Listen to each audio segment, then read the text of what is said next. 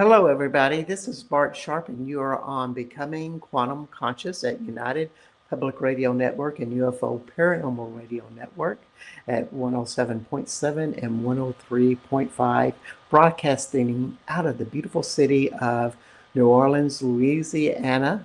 And we are also on Facebook, YouTube, and the UPRN Talk Radio website. Also, we're on Roku. And I am a little blurry today, so cable television will not be the best place to do it. And I have no idea why. I blame it on StreamYard. Anyway, I feel a little blurry today. Anyway, I don't know why, but we just go through those things. So maybe this is my aura right now. And I'm just like a blurry aura that fills up, and you are getting a small example of how big my aura is, a blurry aura at that. Anyway, it's all well, and I want to bring on our guests today. Bring them on. Hello, we welcome Elyn Aviva and Gary White onto the show today. How are y'all doing? We're good. We're fine. Happy to be here. Thank you for this opportunity. Oh, my pleasure. They are in Girona, Spain. We have crossed the big pond again. I know I wanted to go back into more Americans, but once you sort of get into the European community, it's hard to get away from them. The thing I really like about the European community is their dedication to service and helping the big picture of what consciousness is. I know so many great inventors, and it really describes you guys a lot because you keep writing books from your book company, pilgrimsprocess.com about consciousness. And they're just coming out right and left with you two. Which is amazing. Well, thank you. We have a whole series called Powerful Places Guidebooks that talk about sacred sites and powerful places and describe. And this is somewhat similar to at least one of your books, I think, where we talk about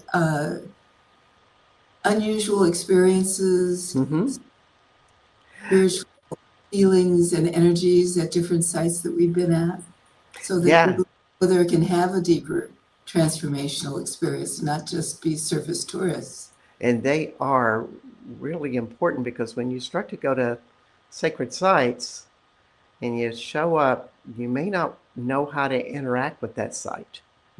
And that's a lot what you are explaining in your book, Powerful Places Guidebooks, with that. But also you have a couple other books, and I'm just going to go through those before we get to the meat of the show. You have a book called Walking Through Cancer, A Pilgrim of Gratitude on the Way of St. James. Also, The Journey, a novel of pilgrimage and spiritual quest. And The Dead End on the Camino, that would be the Camino Trail in Spain, Portugal, also in France. Also, Following the Milky Way, a pilgrimage on the Camino de Santiago. I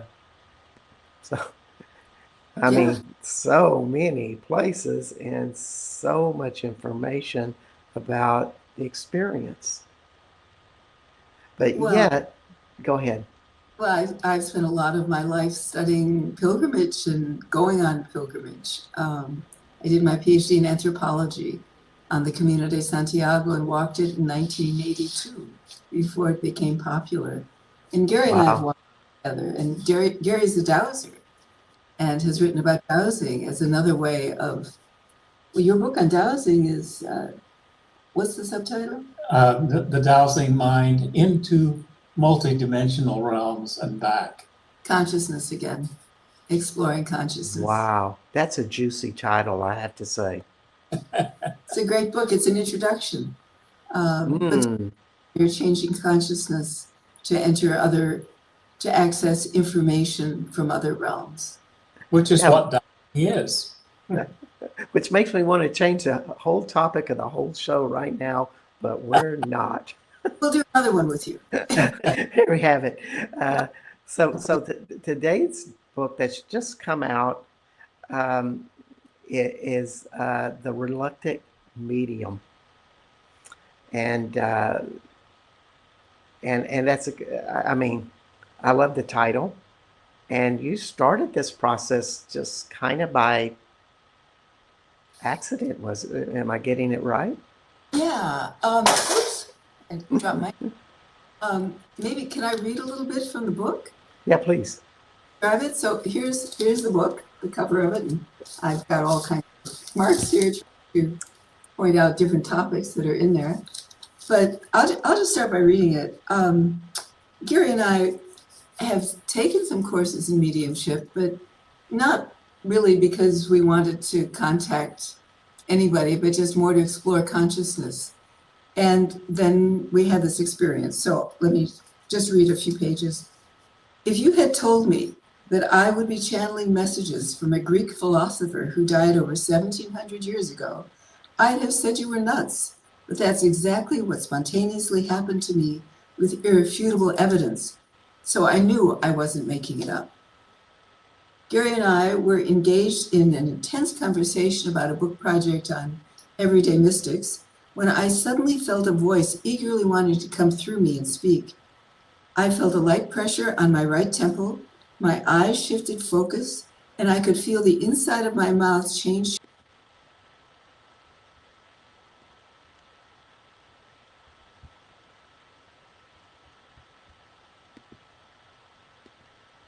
Okay, I think we just got kicked off there, and I hope they come back on. That was a really surprising thing. So I'm not for sure what happened, but you have been listening to Elyn Aviva and Gary White of The Reluctant Medium, which is a really great book about this journey of getting into mediumship. And when we talk about mediumship, we're talking about those people who have been live in human bodies, have transitioned, moved on, and then they are on the other side. And it's different from a lot of other people. It's a form of channeling, but we call it mediumship because you are talking to deceased people. That's the difference between the two. And other types of channeling would be talking to maybe a spirit being from the forest, or a tree, or a fairy, or somebody that hasn't been in a body. And I think they are back. Woohoo, hey guys. And hopefully that we'll get your audio. I can't hear you with that. And we're getting closer here to getting this together. All right, there you go. Okay. So let's go back to the book that you were reading and just start over, as you wanted to read a couple of books from your book, The Reluctant Medium. So I was reading from the very beginning when Gary and I were sitting in a coffee nook, and suddenly I felt this voice want to speak through me. I felt the pressure, my mouth changed shape. I mean, it was such a physical experience. I spontaneously spoke a few words in a deep, slightly accented voice, and then I stopped. Whoa, I wasn't at all sure I wanted to channel someone. Then I reconsidered and said, well, okay, I'll do it. After all, I was being offered an opportunity to channel without having to do a lot of discipline training. Why not give it a try? I gave a mental nod of permission.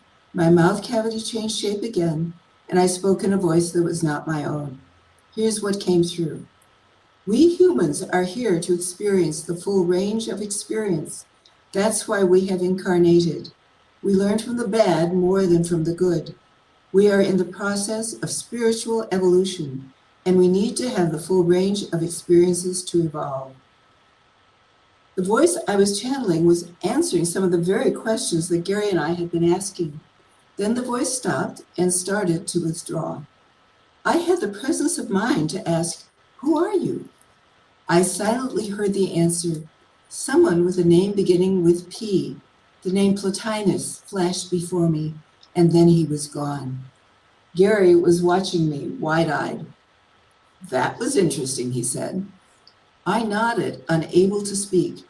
I took out my iPhone and wrote in my notes app what I could remember him saying, which was not much, and what Gary remembered I said, which was all the rest of it. Thank goodness our cozy coffee nook had good Wi-Fi. Shakily, I Googled Plotinus. There he was. Widely considered the founder of Neoplatonism, Plotinus was a Greek philosopher who lived in the 3rd century AD. I skimmed the entry. Plotinus Aeneas addressed many of the questions that Gary and I were asking each other. He must have been listening in. But how could that be? Stunned, I finished sipping my coffee. Plotinus was real, a real person, a real dead person, a very long, dead, real person, talking through me, using me as a speaking tube. We sat in silence for a while, then paid our bill. We walked out of the cafe into a radically altered reality. It was one thing to take courses in mediumship and contacting spirit guides. It was quite another to have a being come through me to comment on our book project. I wondered how long Plotinus had been eavesdropping. I was easily shaken. Well, go ahead. No. If Plotinus really was real, and he certainly seemed to be, then continuity of consciousness really is real. It was an earthquake to my belief system, my reality paradigm. It was one thing to intellectually believe in channeling departed loved ones, and to believe in others who had those experiences, but having it myself was quite another matter. And oh my, the ramifications. There is life after life. There is continuity of consciousness. Non-physical beings are listening in. They know what's going on in this realm of reality. They are engaged, involved in our human lives, giving us gentle nudges to help us move in the right direction. We aren't living in an uncaring or disinterested universe. It, consciousness, is actively engaged. Wow. Boy, that's a great summary of so many questions that are stimulated from it, like just right on the other side. And Plotinus may have been listening in to you for quite some time.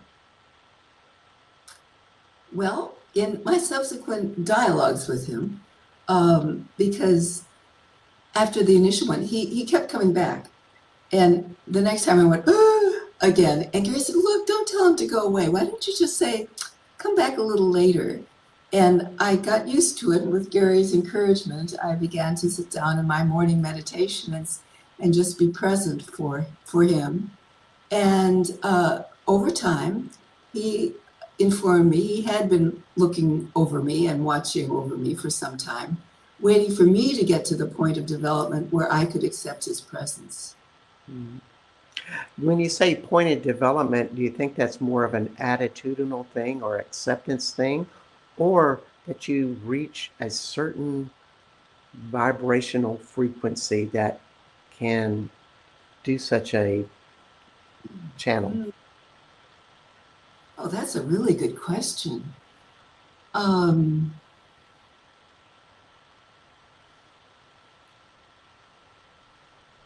I guess I'd say at least both of those. I mean,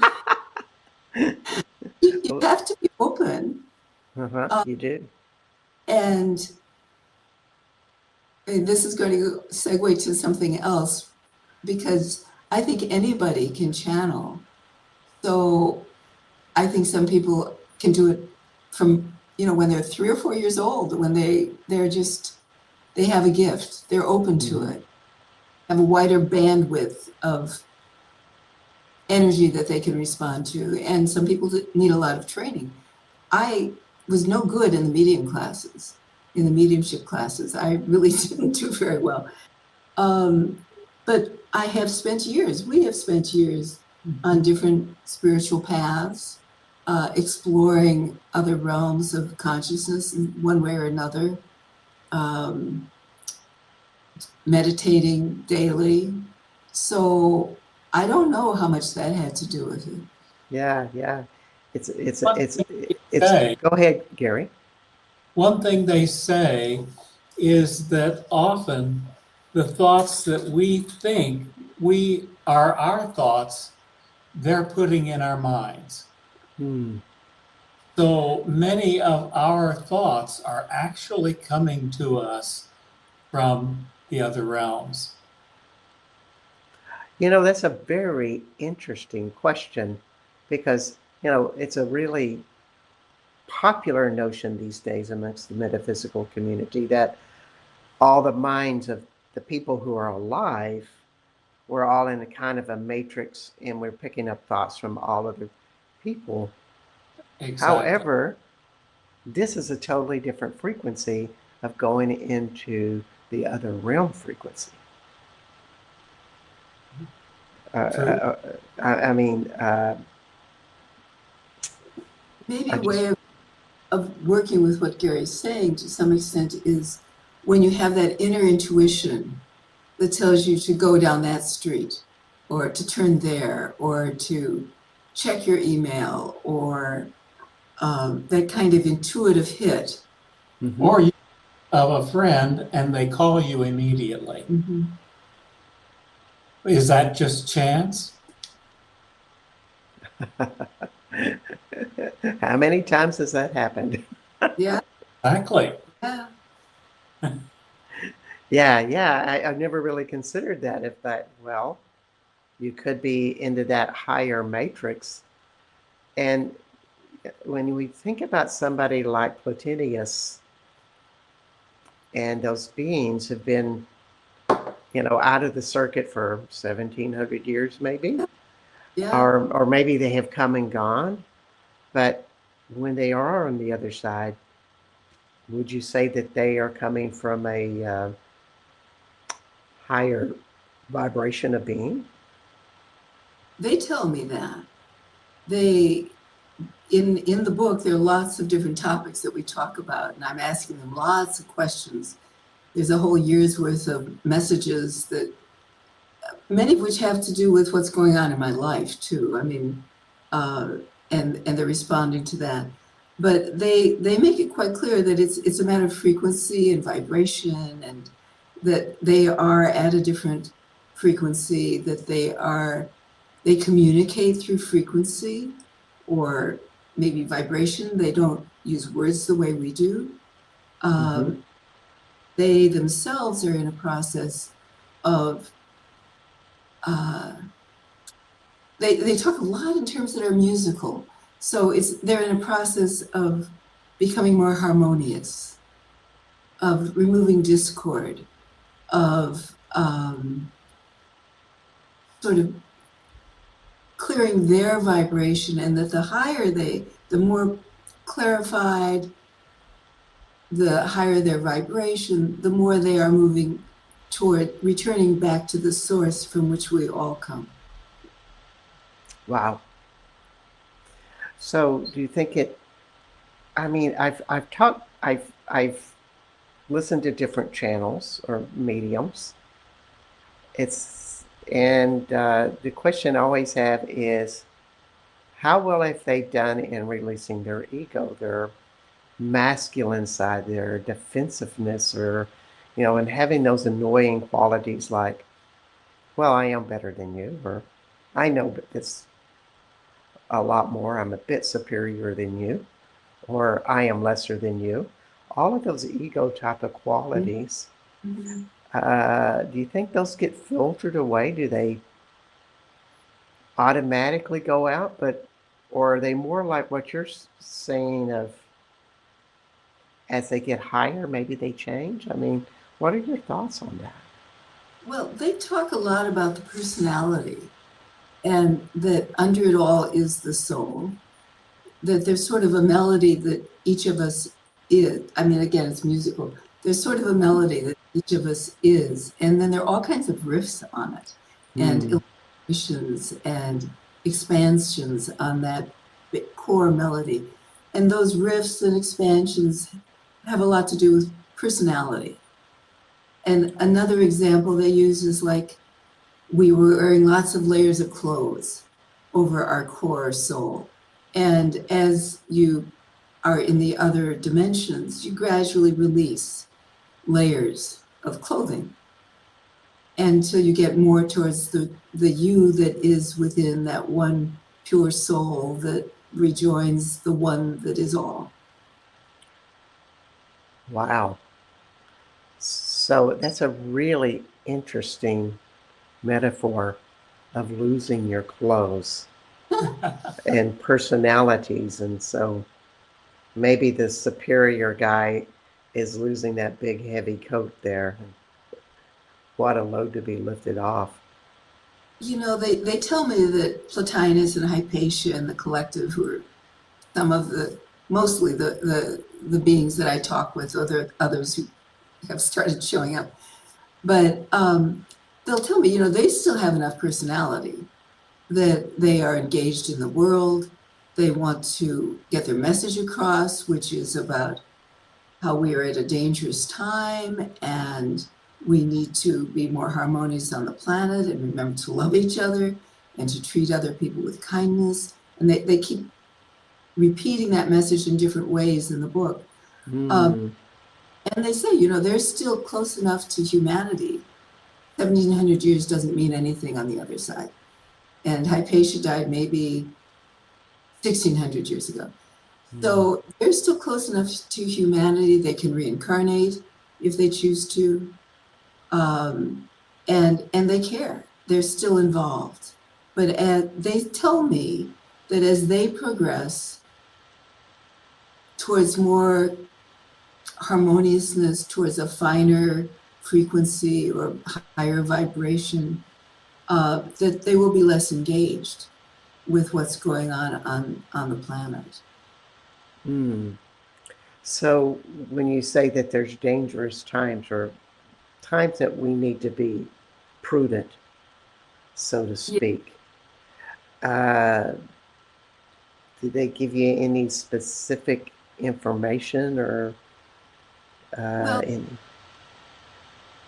you know, I have asked them about I asked them, the book is mostly from the first year of channeling, and I still have conversations with them and go on about that. And I've said, you know, look at what's going on in the world. I mean, it's just chaotic and it seems so dangerous and traumatic right now in so many countries all over.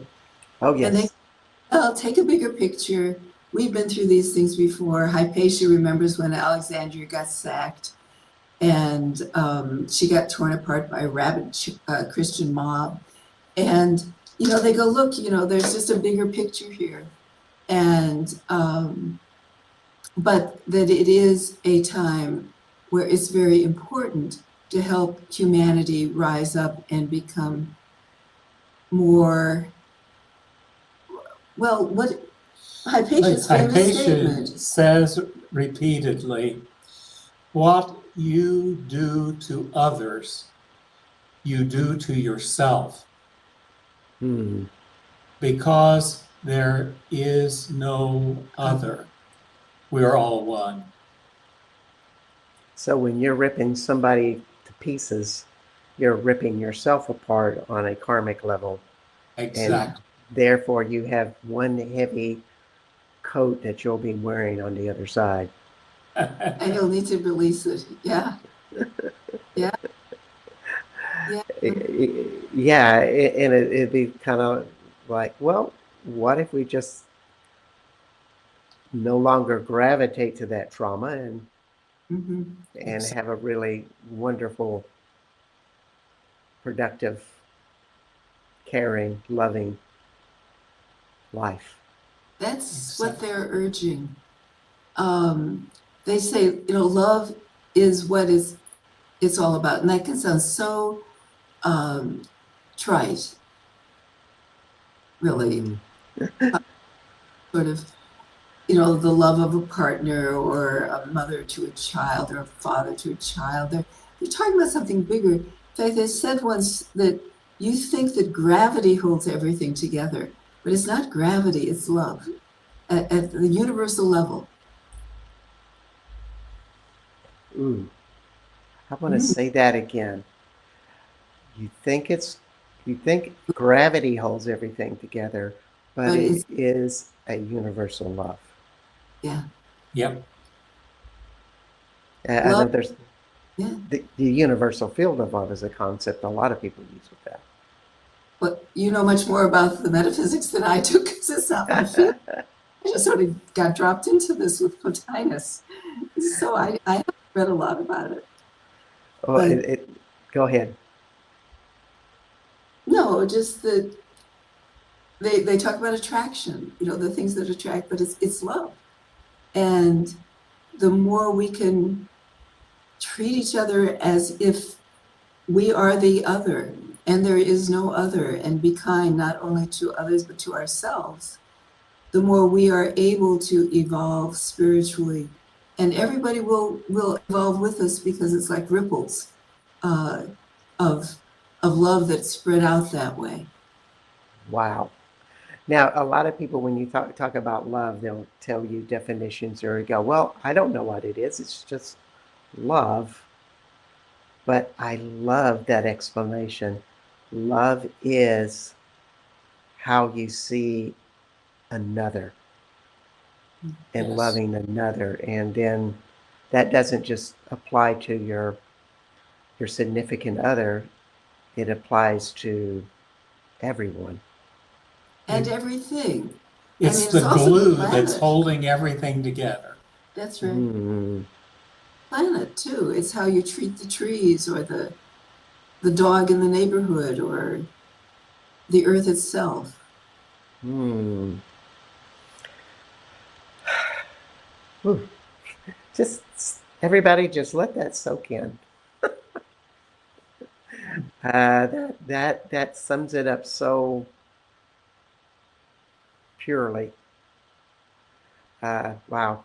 So it's a great time to tell everybody that you are listening to Elyn Aviva and Gary White, authors of many, many books. And the current one is The Reluctant Medium. And you can find this on Publishing.com. Did I get that right? Or Pioneer Pil- Publishing? No, Pilgrim no. Where did I pilgrim get this? process. Well, I think I'm too stoned from the love thing. www.pilgrimprocess.com. right. Right. Pilgrimprocess.com. You can Right. go to their website and see all of these great books that they have written passionately out there. Um, and before I fall off the cliff with another stone remark, I'd just like to say that you are on Becoming Quantum Conscious at United Public Radio Network and UFO Paranormal Radio Network at 107.7 and 103.5 out of New Orleans, Louisiana. My name is Bart Sharp. And, when you start to open this reality, and my guess is Plotinus is right here with us amongst other beings, and you may not have noticed this now, but you probably did at some time, that you probably get very expanded. I feel it right now, that you're not you anymore. You're in another state. Yes. How does that feel like for you two? Because you've been doing this for a couple of years now. You're still kind of new to it, and at the same time, you've been doing it to where it's quite familiar. Does this make any kind of sense to y'all about that expansion process that Make, happens when the other side steps across? Yeah. It makes perfect sense. I can't get my head around it in some sense because I'm living on this plane and everything seems separate. But I know and I trust that if you looked at it from a larger perspective, it's all one and we're all a part of it. And anything that we do to anyone else, we're doing it to ourselves. Amen. And it's something, to me, it's very humbling. And at the same time, when you hit humility, you also open to a new power. Do you feel like since you have stepped into this practice, this attitude, that more information, more beings on the other side seem to be coming through? Oh, Like yeah. it's opening up? Oh, yeah. I mean, when it first started, it was such a shock. And I mean, I just sort of be reeling from it. And Plotinus explained to me that when two different dimensions, vibrational locations, realms, or whatever, are intersecting, that it's like sparks, because they have to sort of adapt to the different frequencies. And that it takes a bit. It takes energy from them, and it takes energy from the speaking tube or the vehicle or me. Over the almost 2 years now, it's become so much easier that it just flows. It's like it's here. And they'll tell me, we're not there. We're here. They're always here. We just don't know that they're here, but they're always here. And it's become so much easier. I can kind of just go, oh yeah, and say something.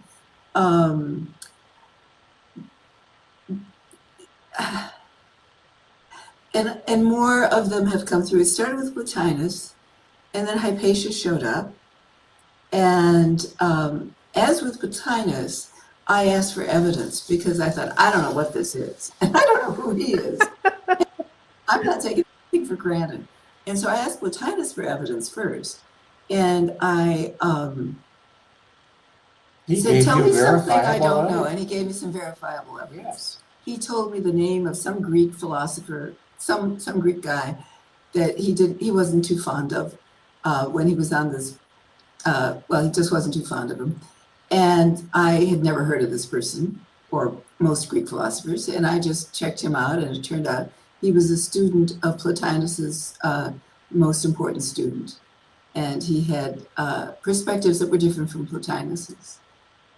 And I asked for evidence on various occasions because it's too easy to make up stories and not know that you are, to think, oh, I'm really listening to Cleopatra or something. But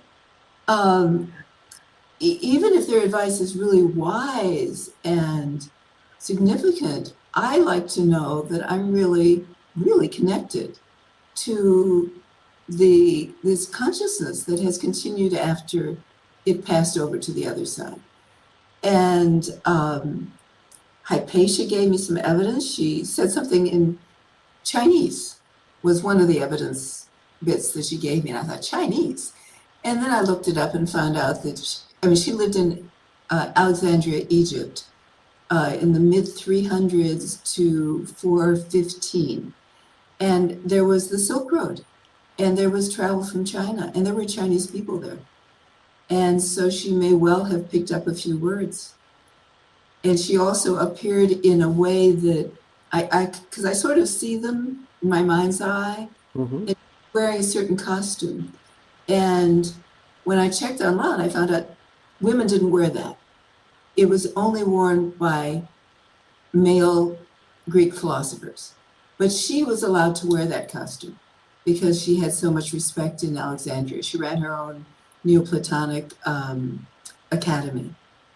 And then they're in a group called The Collective that has a shifting number of people in it. And sometimes there are some God forms in there, like Thoth has shown up. And more recently, we were in Delphi. There's a story at the end of the book about an old partner of mine who I split with 40 years ago, and in a very bad relationship. And he passed on about 20 years ago, and he started coming back to me in dreams last May, and I was like, what? And a vivid, lucid dream. I mean, he was there. I mean, I could smell him. I mean, it was like, what? But you're dead, you know? And then I started talking to him in meditation and found out about a past life we shared, and he told me things that I needed to know about how I had behaved that I had never realized, and I needed to reconsider.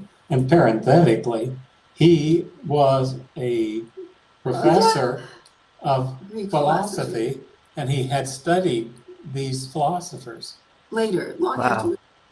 But then he gave me evidence too, because I thought, I don't believe this. I mean, Michael, really? I mean, not that I would have imagined the things he said to me, because they were so true about my behavior, but I had no awareness of it at the time. And he gave me two things, signs to look for. One was gray feathers, and the other was lighthouse. And I thought, well, okay. So Gary and I walked out the door into a flood. No, that afternoon. Into a flood of gray pigeon feathers. Wow. Oh, okay. But there was no lighthouse. And I thought, I don't know. So the next day I visited again, and Plotinus said, well, how's that going? And I said, well, I'm still waiting for the other sign. And he said, just be patient. And then I went to see my acupuncturist that morning.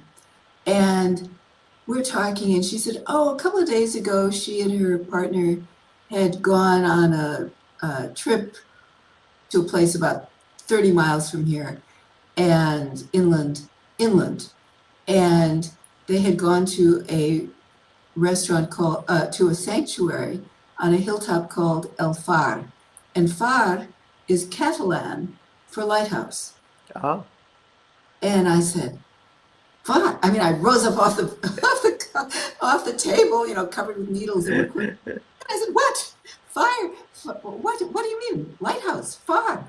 And she said, yeah, it's the place looks, it's like a very sharp cliffed, flat plateau. And they used to have bonfires at the top, and they called it the lighthouse. Wow. And well, that's typical of Michael. He was so erudite, he'd expect me to know the Catalan word for lighthouse. I thought, it was him, you know? Wow. Yeah. And he told you that he would see you in Delphi. And I said, well, because we have this past life in Delphi. And I said, well, yeah, right. I mean, we had no intentions of going to Delphi. And within the week, I got an email invitation to a very small weekend retreat that was being led by some women in Delphi. And I thought, okay, maybe we'll go on that. And I contacted Kathy Coyle, and Laurentine Ten Bush, who are the two organizers. I asked Kathy, I said, look, you know, we're older. I mean, Gary's 88, I'm 79, and we need to know what it's going to be like if we're on this retreat in Delphi, because it's hilly. And how far is the hotel from the museum and this kind of thing? And she said, don't worry, we'll take care of you. It'll work out fine. And we went. And it was amazing. And it was an amazing experience. Wow. And Delphi looks down on the coast where it turns out that Michael drowned swimming So all 20 years ago. All these Wow.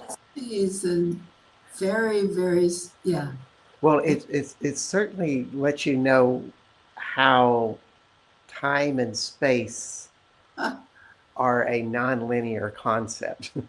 Yes. Exactly. Yeah. and that we need to remember that.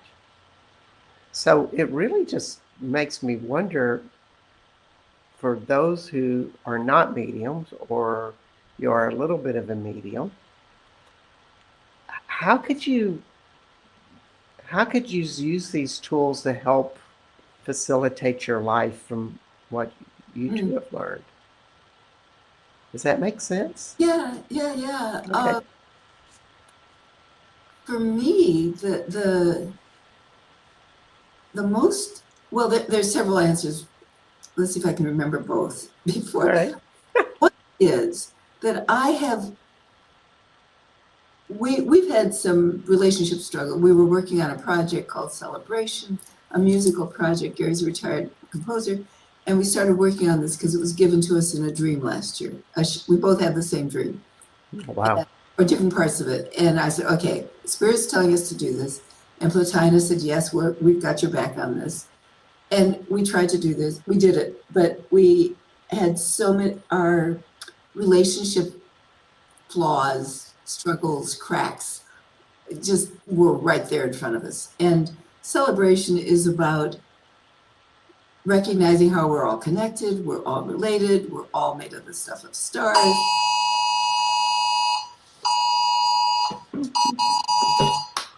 I have no idea. That's a civil service alert. I have no idea. We'll blame it on the mediums. What? My goodness. This is. Okay. Well, one thing about ghosts and mediums is they're able to manipulate electrical devices very well. Oh, If yes. nobody knows. We experienced that one. Okay. Let me just briefly respond to your question. One is, I asked them for help. I asked our guides for help. And yeah, you guys were really right on about that. That's actually a warning, a civil service warning that there are torrential floods possible. Wow. And that's what that was. But it came at an interesting time. Didn't it? Yeah. It did. So I, oh, and they have given amazing advice to me about dealing with relationship issues, and dealing with past trauma, and not letting go of things that have hurt me in the past. And they have just been amazing. So that's one answer to how the mediumship or the channeling can help, is they guides, and they give really good counseling advice. Another way that is a bigger picture is, for me, knowing, I mean, really knowing, not just thinking or holding it on faith, but knowing that there is consciousness that continues, that we die and that's not the end, that the soul continues, that there is life after life, that the stories I've heard and I have believed, but I haven't had a personal experience of it, that it's true. And that really shifts my perception of my own life and how I live. And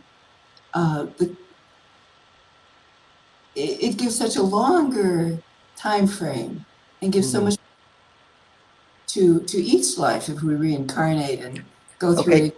You blipped a little bit. It said it gives you a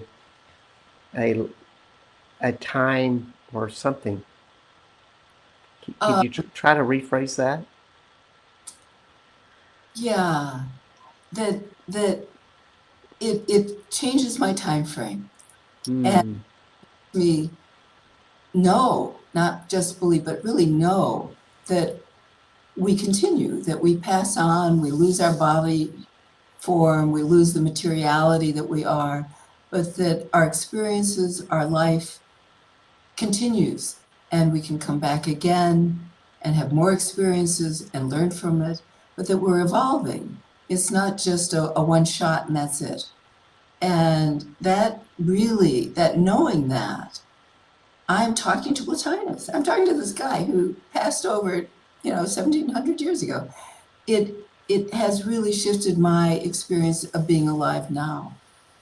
And we should Go ahead, Gary. We should tell you that we had an interesting experience with technology and them influencing technology in preparation for this very conversation that we're having. Oh, yeah. We were, Should you want me to? yeah, go Okay. ahead and tell Okay. it. So last week, I was interviewed on a different radio show, and in Santa Fe, New Mexico. in Santa Fe, and it was a recording. And 2 days later, the program was going to be aired, and that's fine. I mean, they had called me on my phone, on my cell phone. That's the number the woman had, and everything went fine. So 2 days later, so on Thursday at 10 in the morning, Gary gets a phone call on his cell phone, and he missed it. And we checked the number, and it was from Santa Fe. And so we called it back. It was the radio the radio station station. in Santa Fe Now, calling on my phone when they didn't have my phone number. Huh. and I immediately WhatsApped the organizer because I was really confused. And I thought, I got confused about the times difference. Right. Calling me to say that, 7 hours difference. They're calling me to say the show's going on. They must need something from me. And I WhatsApped the organizer, who didn't get back to me for about 5 hours. But it was just very puzzling. And I called the station again, and I just got the switchboard, and I thought, okay. So she got back with me. She said, I don't know what happened. She said, that's totally bizarre. We don't have Gary's number. And she said, nobody would call from the radio station at 3 a.m. in the morning. Because that would have been 3 in the morning, their time. And I said, I think Plotinus and the guys were calling Gary to let us know that they know we have this interview coming on Thursday. Don't mess it up, guys. I mean, there was no other explanation. And You checked in with them. That's what they said. yeah, they laughed.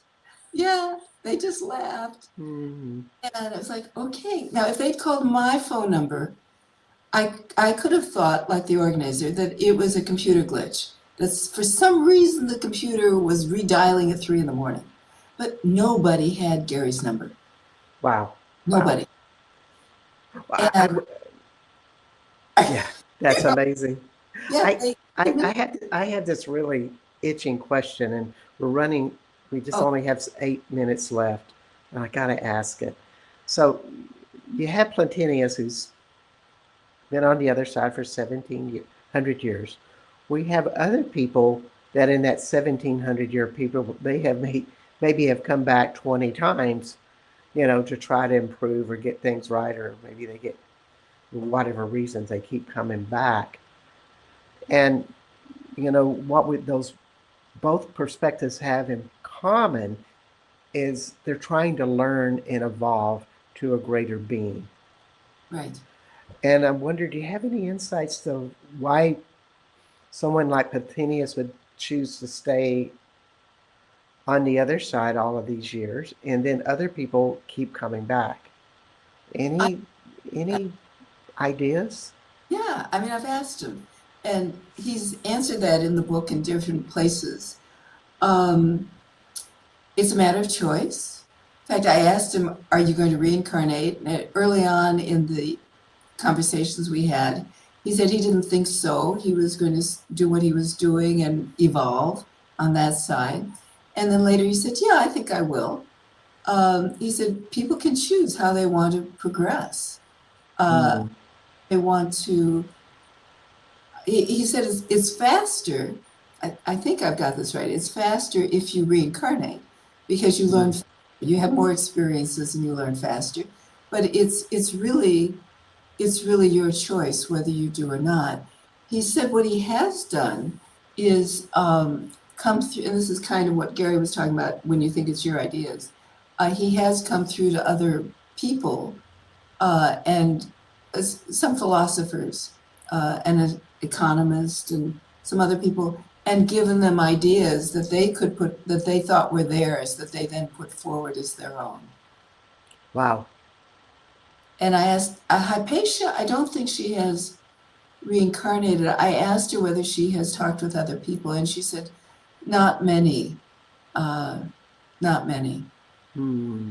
So maybe if you were on this side and you were stuck, you might find the people that you're inspired by on the other side and dial them up, so to speak. Hey, that's a good idea. They say Yeah. they're Plotinus and Hypatia in the group say, ask us. They're Hmm. willing to communicate. I mean, I'm not the only one that Plotinus has talked to. Wow. Yeah. No, they're somebody talked about unemployed angels. Yes. Unemployed angels. There we have it. They're communicate. They're willing to come through Yeah. and talk. In fact, I've been contacted by a Neoplatonist scholar whose specialty is Plotinus, and he has contacted me privately with a list of questions to ask Plotinus, because after reading the book, he thinks I am talking to Plotinus, and he wanted clarity on some specific issues. Well, And I'm pretty clear you're talking to Plotinus. yeah, I wanted to ask you another question. It's like, because we got about 3 minutes left. Okay. And I wanted to let everybody know you are listening to Elyn Aviva and Gary White. They've authored of many books, but this one we're talking about is called The Reluctant Medium, and you can find it on Pilgrim Publish. Say it again. Process.com. You can find it on. It's on Amazon. It's on Amazon too. Wherever you buy it. All of these places. So just to let you know that it is out there. And got any other projects coming up? Any classes, other books, such that you want to promote? Tell everybody. Well, Celebration, we'd like to promote that. We're still trying to get that a live performance of that. There is a YouTube version of it that's electronic, but not like a real performance. We have several book projects, and Hypatia told me I have a new book project, which is writing about powerful, inspiring women from the past. So, Which you actually had started years ago. I did, and I forgot about it, but she knew about it. Yeah. And if you go to the website at Pilgrim Process, you will see a long list of books that they have put out about sacred sites, the Camino, various other topics, dowsing. So there's a wealth of information that both Elyn and Gary have produced out. And you have about 45 seconds if there's one parting bit of wisdom. And while you think about that, I want to let everybody know that you're listening to Elyn Aviva and Gary White, authors of The Reluctant Medium. My name is Bart Sharp on Becoming Quantum Conscious, and this is United Public Radio Network and UFO Paranormal Radio Network at 107.7 and 103.5 out in New Orleans, Louisiana. What parting wisdom you want to share? What you do to others, you do to yourself. Treat each other, treat everybody with love and kindness, and treat yourself with love and kindness. That's what. That's a good message for the whole world right now. Thank you so much for being on the show today. It was beautiful. Oh, well, thank you. Thank you for inviting us. Yes, and hope to see everybody again. Next week we'll have Ricardo Gonzalez. And until then, we'll see you next Wednesday. Bye-bye, everybody. Bye-bye.